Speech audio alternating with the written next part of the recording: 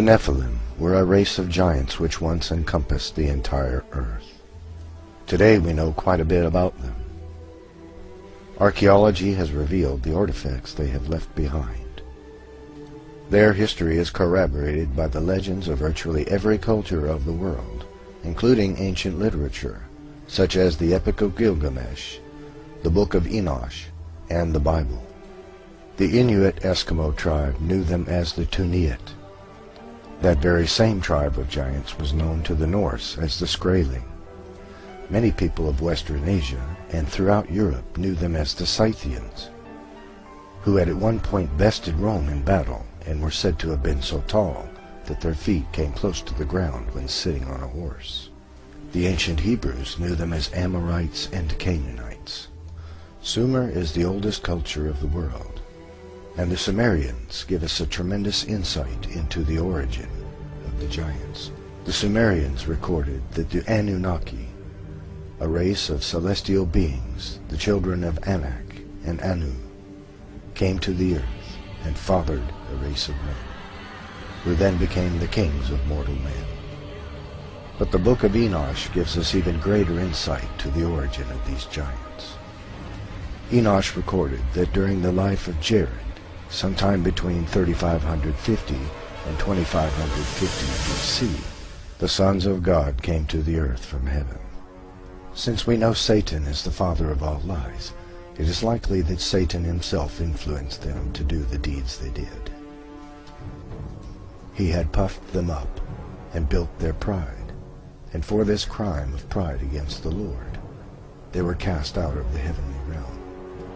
Angered for being cast out of their heavenly home, and jealous of the beautiful new creation of God, they consorted to do ungodly things, and swore an oath to each other that each would be equally culpable for the sinful things they were about to do.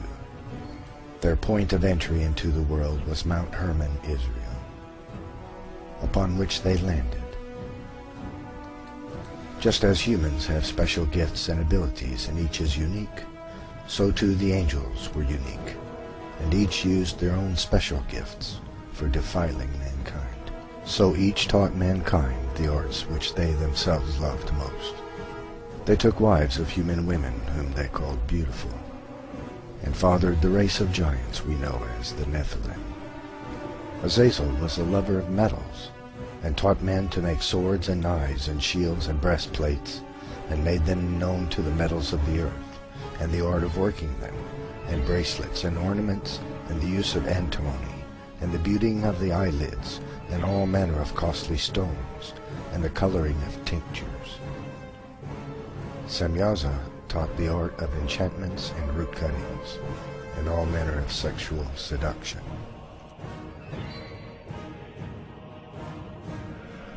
Amoros taught the art of sexual lust. Barakijal taught astrology. Kokabel taught the constellations.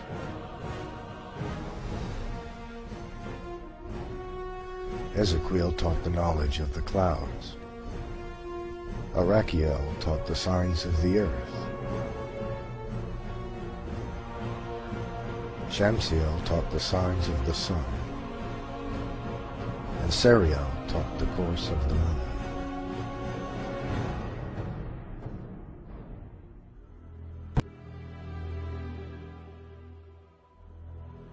Not only did the angels sin against man, but they sinned against animals as well.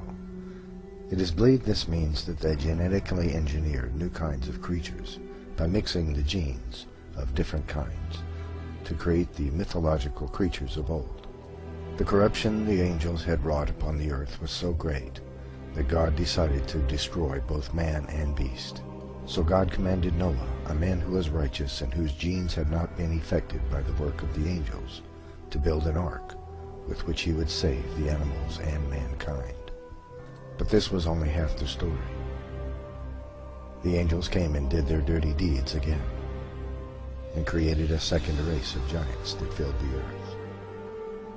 This image depicts a Babylonian king, so large that he holds a lion in his arms like a man might hold a house cat. He also has 6 fingers and toes, which was common to some of the tribes of giants born after the flood, and is the result of a duplicate gene, an error, if you will, in the genetic tinkering of the Nephilim.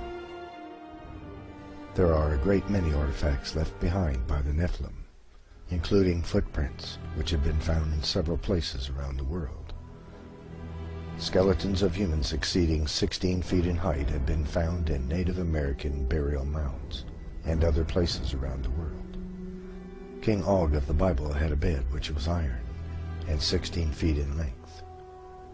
This is a bed for a man that is 12 to 14 feet tall. The Nephilim vary greatly in size.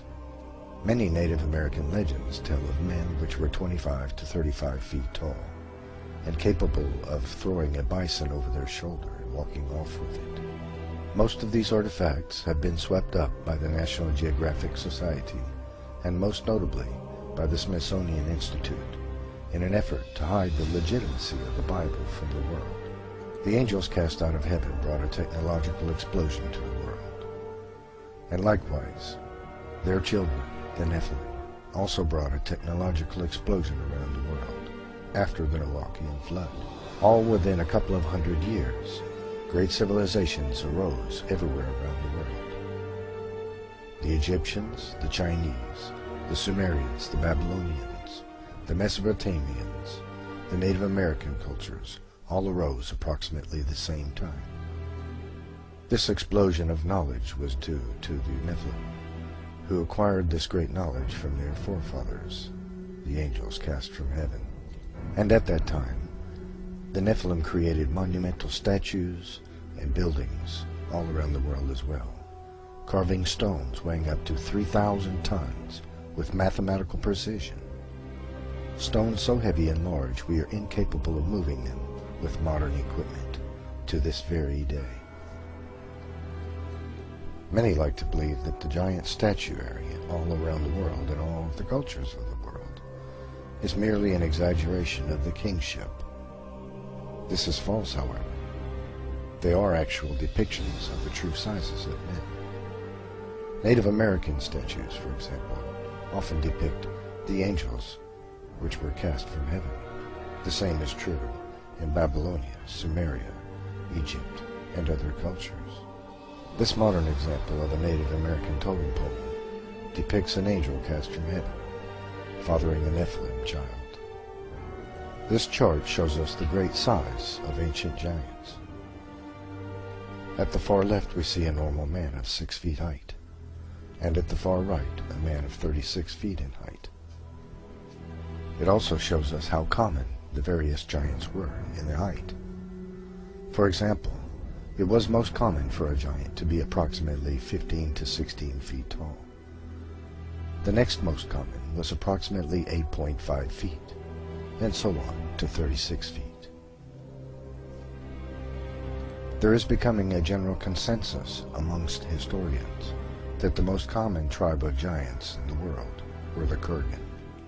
This statue in Russia depicts a Kurgan warrior approximately 25 feet tall. The Kurgan were the largest tribe of giants in the world. They originated in southern Russia and encompassed the entire world.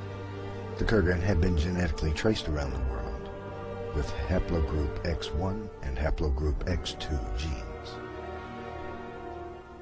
During World War II, the Nazis attempted to recreate the Kurgan by genetic engineering. There were giants in the earth in those days and after that, as these Danish axe heads clearly demonstrate, for it would take a man at least 15 to 20 feet tall to swing an axe with a head that weighs between 150 and 200 pounds.